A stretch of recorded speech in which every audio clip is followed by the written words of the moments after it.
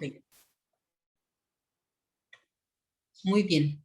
Pues estamos ya en las últimas diapositivas, ¿sí? De la presentación. Hay una disculpa porque es complicado en poquito tiempo como lograr invertir o dejarles como la claridad en este tipo de temáticas. Entonces estábamos en esta parte de los aspectos que hay que considerar para tener una buena validez. Sí, y les decía que pues es recoger y cotejar la información en distintos momentos del proceso, porque como la realidad es constante, ¿sí? Y cambiante, pues es importante tener esa agudeza, ¿sí? Para poder observar, pues, esos cambios que se van dando en los distintos momentos del proceso. Nuestro proceso de recogida de los datos en investigación cualitativa no son cortos, entonces sí puede haber cambios importantes. Un ejemplo de esos cambios puede ser, yo recuerdo en el doctorado una compañera que estuvo estudiando lo que es la migración internacional en un pueblo de Hidalgo, ¿no? Ella iba con todo, digamos, hasta se fue a Chicago, estuvo haciendo en el pueblo de Hidalgo investigación ahí en el campo, estuvo un tiempo y después se fue a Chicago, pero de repente sucedió que hubo una muerte por accidente de un grupo de migrantes y eso generó en la comunidad que se replegara pues el comportamiento que tenía el fenómeno. Entonces eso es importante, es muy visible y incide sobre el estudio, entonces tuvo que readecuar también el estudio. Entonces hay que calibrar hasta qué punto la realidad observada es una función también de la posición o del estatus del investigador dentro del grupo. Nosotros como investigadores, ahorita les decía el ejemplo de un físico que está observando la luna, no ejerce ninguna influencia sobre la luna, ¿no? O sobre ese astro. Pero en el caso de las ciencias sociales, nosotros sí ejercemos una influencia, nuestro prestigio, nuestra posición como investigadores sí puede ejercer una influencia importante en el campo, en los sujetos que estamos recogiendo la información. Entonces, la credibilidad de la información también pues va a ir variando. En ese sentido, para que sea más válida, debemos de seleccionar informantes que representen tanto los grupos, las orientaciones y las posiciones dentro de esa realidad que estamos investigando. Entonces, tener la representatividad de los distintos grupos que ejercen influencia también en el fenómeno que estamos estudiando. Y pues finalmente estaría lo que conocemos como la transferencia, la generalización. Entonces los resultados no se generalizan en el sentido de cómo se hace en los estudios cuantitativos, sino que se pueden transferir de un contexto a otro. ¿Sí? ¿Qué quiere decir esto? Pues esta transferencia de la información nos va a permitir tener ideas generales del problema que estamos estudiando y de lo que yo espero encontrar en el campo. ¿Sí? Aunque son realidades en otra geografía, por ejemplo, en Tlaxcala, si yo estoy estudiando la trata de personas en Ciudad Juárez, a mí me sirven los estudios cualitativos, cuantitativos, que hay en el caso de Tlaxcala, porque en el contexto de Tlaxcala, pues hay una tradición de décadas y décadas de trata de personas, ¿no? De prostitución infantil, de venta de mujeres, etcétera. Sí, entonces los resultados que van generando estudios de ese tipo, o un estudio de ese tipo en Tijuana, o en la Ciudad de México, en la Merced, me van a servir a mí, aunque no son de este contexto para Ciudad Juárez, sus resultados me permiten transferirlos al contexto local, ¿sí? Entonces nos permite aplicar de alguna manera resultados de otros ambientes, ¿sí? ¿Y cómo lo logramos? Pues el investigador debe de encontrar el grado de similitud entre su contexto y otros semejantes, ¿sí? De investigaciones previas, ¿no? Y detallar de manera muy, muy minuciosa los resultados, el contexto en el que se dan estos resultados y el ambiente de la investigación. Entonces yo tengo que contextualizar el momento y el contexto de Juárez, por ejemplo, ¿sí? Entonces, pues bueno, básicamente esto es lo que hay de de confiabilidad y validez en los estudios. Eh, no sé si aquí queda como algún momento para preguntar o lo dejamos para la que le hagan llegar sus dudas a su maestra y nos las haga llegar a través del correo y nosotros o hacemos otra sesión cortita para despejar algunas dudas o se las contestamos a través del correo o a través de su profesora, ¿no? Entonces, pues ahí más bien le doy la palabra a Cruz Elena. Sí, Sí, para muchas que... gracias. Primero que nada, les agradezco a ambos, maestro Willy y maestro Socorro, por habernos orientado con esta experiencia que es vasta en la investigación y sobre todo en el tema que nos interesa de confiabilidad y validez. Voy a dar nada más oportunidad, yo creo, a dos preguntas. No sé si alguien tenga ahorita una clara pregunta que hacerle a alguno de los dos maestros.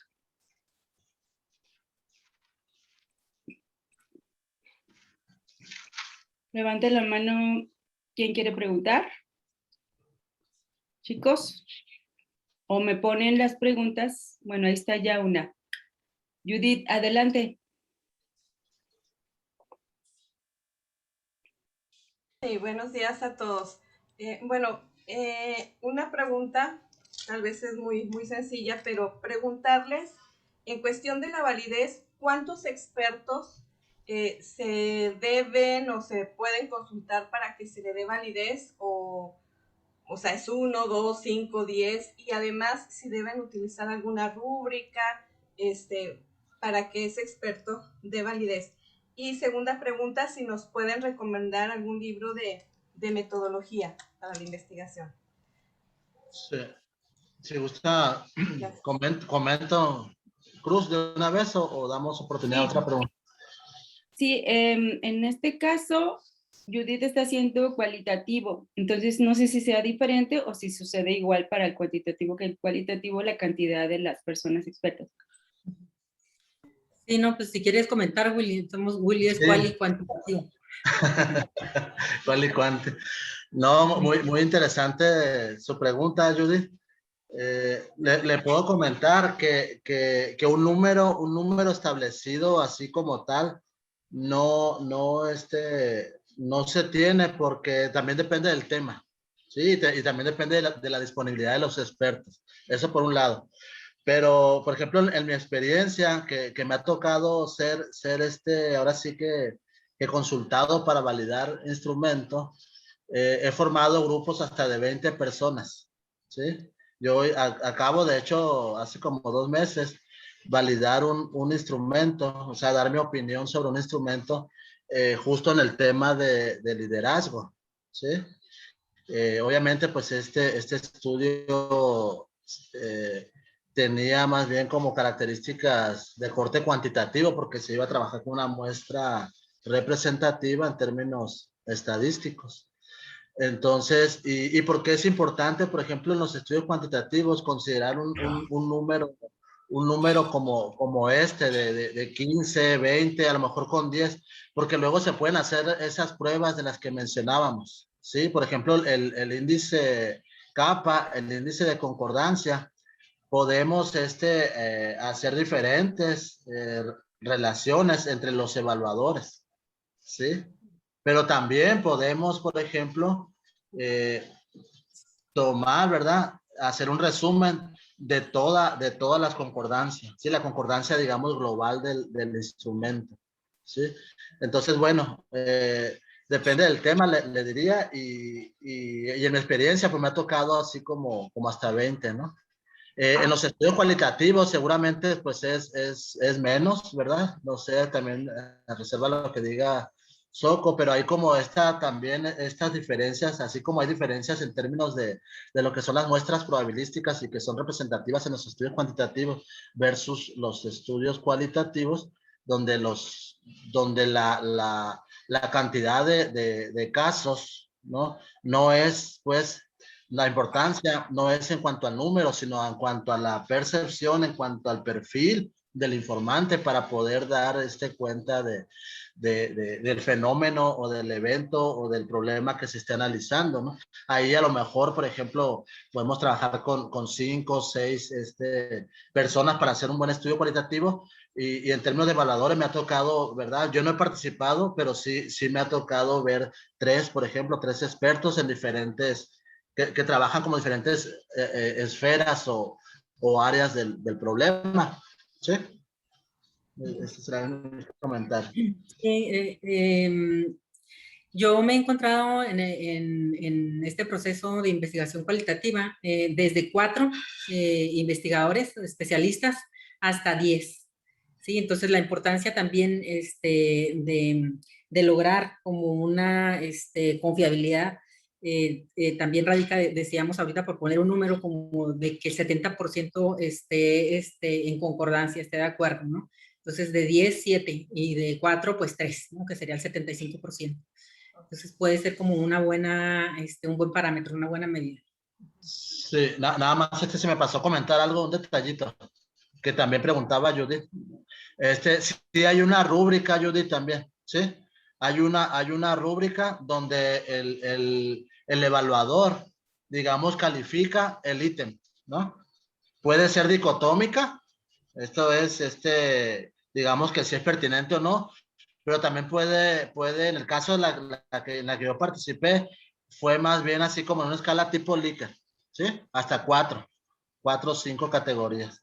Entonces, sí califica uno cada ítem de acuerdo a una escala, y justo esos resultados son los que se meten al programa para analizar y sacar los índices de concordancia, ¿sí? En la parte cuantitativa. Gracias. Gracias. Muy bien, entonces teníamos a Otoniel. Otoniel, ¿no estás por ahí? Judith, ¿te quedó Sí, claro? buenos días a todos. Algo? Sí, nada más si nos recomiendan algún libro de metodología. El libro. Gracias. Sí, gracias.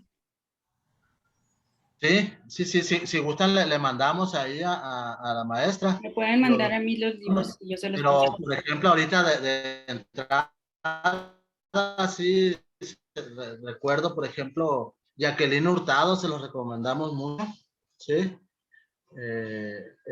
Es un libro bastante completo, ¿sí? Es una autora venezolana. No sé si estén llevando el de Hernández Sampieri, pero también tiene por ahí algunas informaciones importantes. Y también Miguel Martínez, ¿sí? Ese también es de rigor, hay que consultar a Miguel Martínez, ¿sí? Muchas gracias. Esos tres yo les recomendaría. Hay otros tantos, ¿verdad? Pero igual le mandamos a Cruz más. No. Miguel Martínez Migueles, ¿sí? Migueles, sí, claro. Sí, Miguel está bien Martínez. interesante su planteamiento, entonces así lo van a encontrar. También este libro, por ahí, no sé si lo logren ver, es el manual de metodología. Este es un libro de un seminario que se hizo para el doctorado en Flaxo, para el doctorado creo que es no me acuerdo si es de ciudadanía, ¿no? Pero bueno, este está bien interesante porque es la construcción del marco teórico y la selección de la metodología. Está bastante interesante. Muy bien. ¿Ese de qué autor es? ¿Cómo lo podemos localizar? Es de Ruth Sautú, ¿sí? Paula Viñolo, Niolo, O si quieres me lo escribes ahí en el chat para no andar equivocándome y cómo lo escribo. Sí, no, está bien, ahí se los pongo. Sí, entonces no sé si Otoniel quiere preguntar. Sí, Otoniel, ¿tenías pregunta? Sí, buenos días a todos. Buenos días.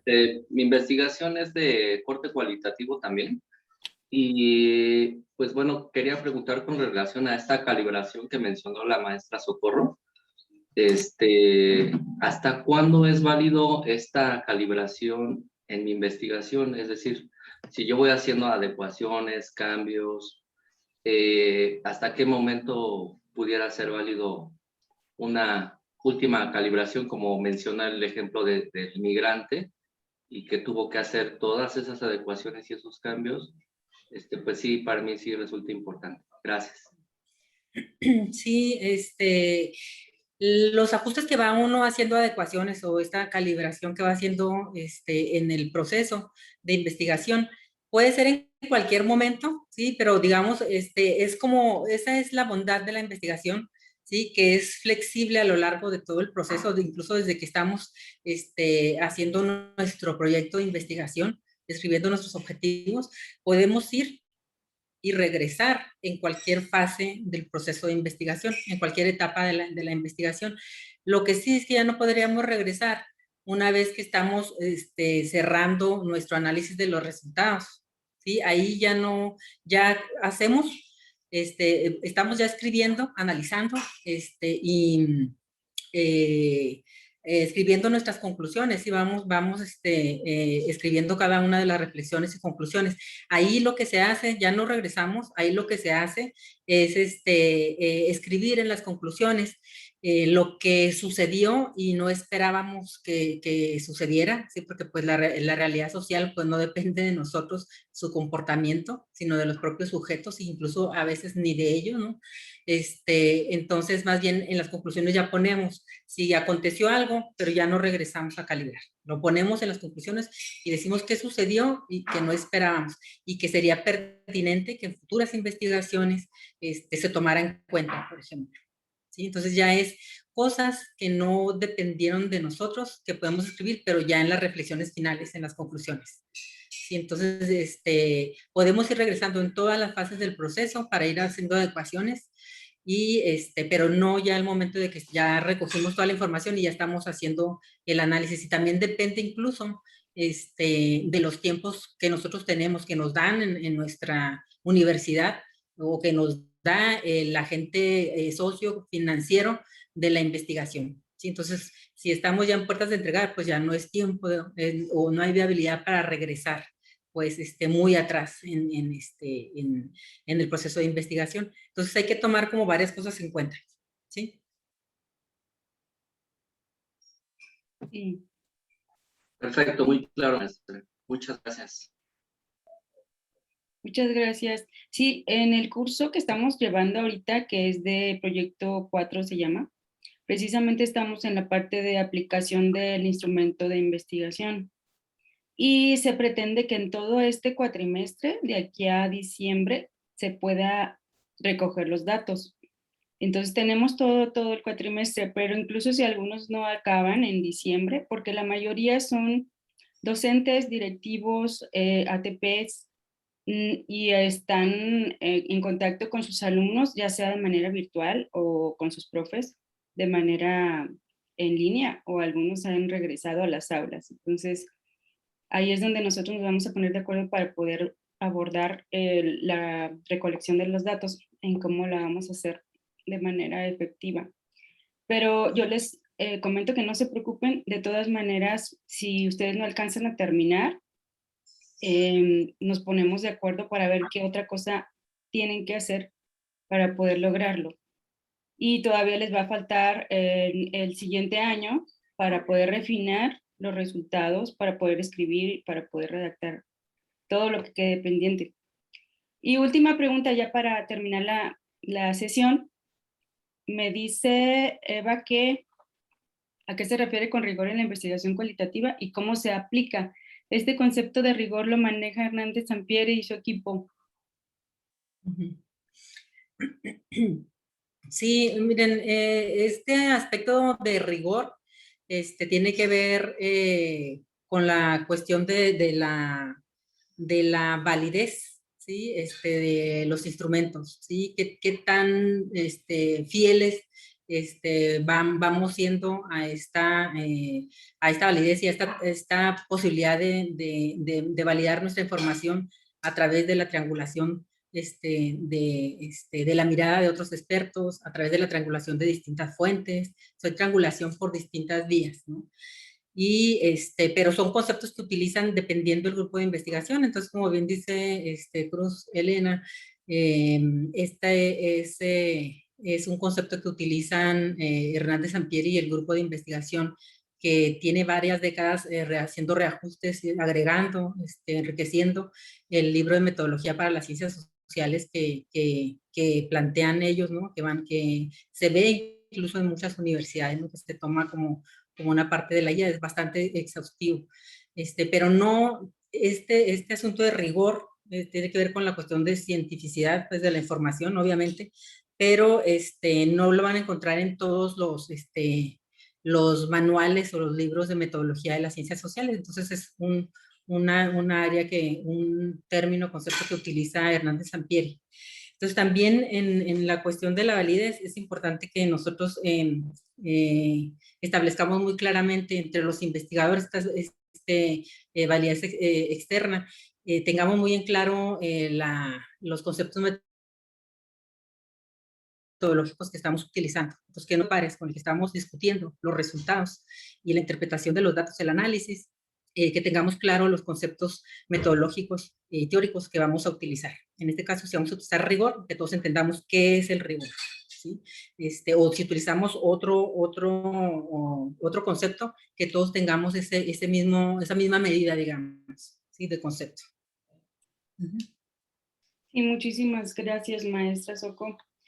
En cuanto a los libros y a los conceptos que se utilizan, sí es muy importante que cada uno de ustedes los tenga claros, porque a la hora de defender su tesis, ustedes tienen que ir al autor y decir, yo me basé en que dice que es rigor, o me basé en este otro que dice que la validez y la confiabilidad dependen de estas dos variables. Entonces, eso es lo que tienen que ser claros, porque independientemente del libro que agarren o de lo que nos diga la universidad, porque ahí tenemos en la Unives nuestras referencias de varios libros, pues ustedes les tienen que quedar claro, ¿no?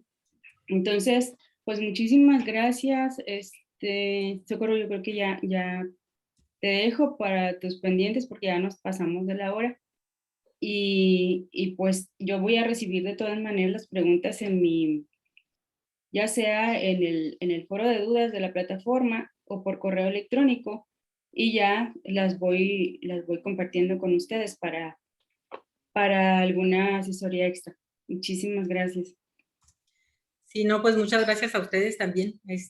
Willebaldo se tuvo que retirar, tenía un compromiso ahorita, entonces apenas llega a las 11 a su compromiso, pero también me dejó dicho que los despidiera de ustedes y pues que está disponible por ahí por el correo electrónico, a través de Cruz Elena también, con mucho gusto. Ahí les escribí en el chat el nombre del manual de metodología de Flaxo y ahí están los autores.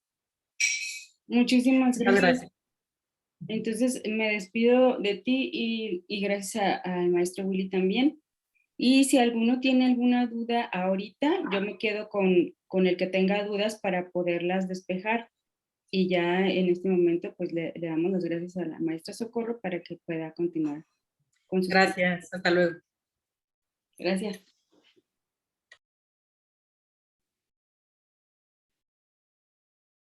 Muy bien, entonces dice Eva. Eva, ya puedes hablar, Eva. Adelante. Se me está escribiendo en el chat. Nos está escribiendo en el chat. ¿No puedes hablar, Eva? ¿No? A ver, no te escuchamos. Tienes el micrófono apagado.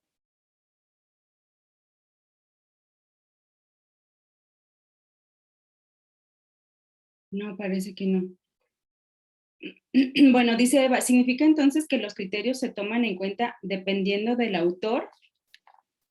Sí, mira, cuando tú revisas a Hernández Sampieri y revisas a Salkin o revisas a algunos manuales de metodología de la investigación, te vas a dar cuenta que existe una generalidad de conceptos, es decir, una generalidad y que se van particularizando.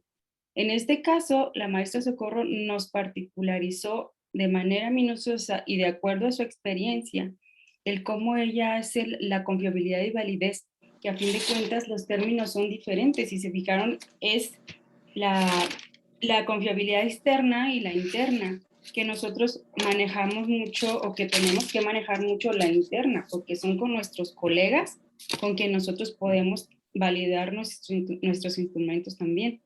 Y se hablaba de algo muy importante que es la prueba piloto.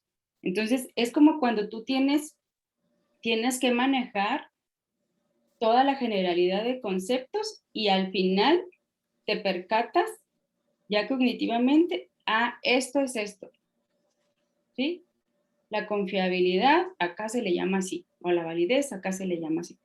Entonces yo voy a compartirles los videos de todas maneras de estas sesiones para que lo revisen y vean ahí qué similitudes de conceptos hay. Entonces por eso les decía, la confiabilidad y validez, como decía el maestro Willy, es de toda nuestra investigación, de todas, no solo de los instrumentos. ¿Por qué? Porque nuestros instrumentos nos van a ayudar a que nuestras investigaciones sean confiables y válidas, ¿sí? Porque podemos hacer una redacción perfecta de la tesis, de la investigación, pero nuestros instrumentos y nuestros datos recolectados no apoyan a que esta investigación sea confiable y sea válida. Entonces, por eso él hablaba de que los instrumentos aportan, pero en realidad toda la investigación debe de ser confiable y válida, ¿sí? Entonces yo hago Bueno, una... no sé si ya me escucha, doctora. Sí, ya, Eva, ya. Adelante. Disculpa, es que tengo problemas de audio. Pero le decía que, por ejemplo, entonces, independiente, es que yo estuve leyendo, y sí, realmente, investigué algunos otros aspectos que lo aterricé ya en la actividad donde habla de transferibilidad y aplicabilidad como criterio de rigor. Entonces, yo tenía allí una duda que además de eso se tenía que poner la parte de validez y de confiabilidad.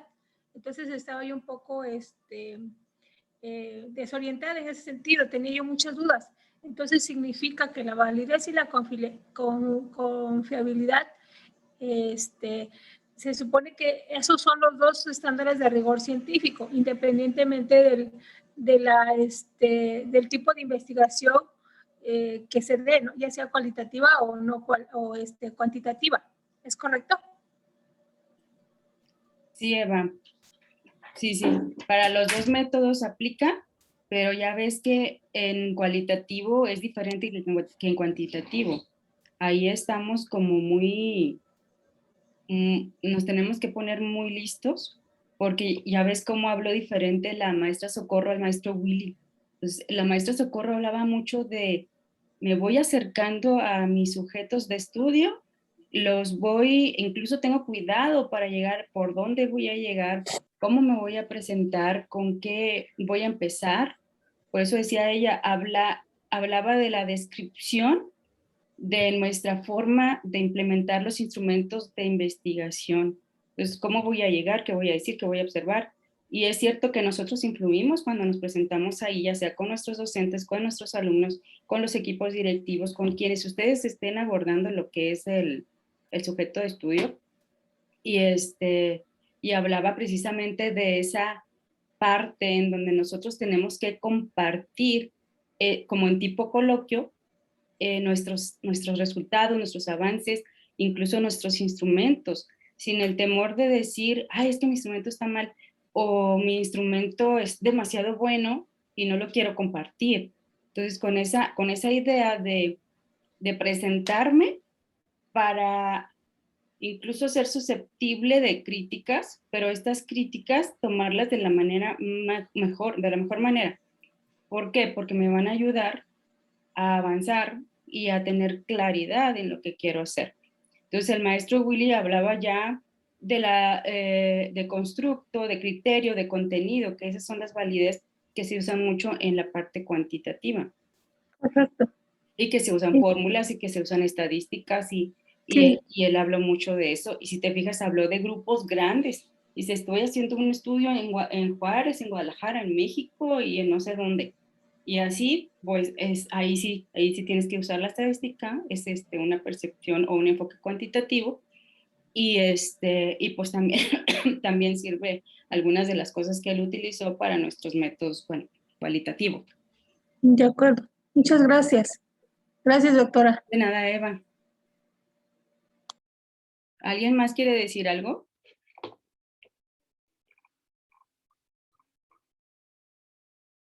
Bueno, yo les quiero decir que voy a pausar la grabación.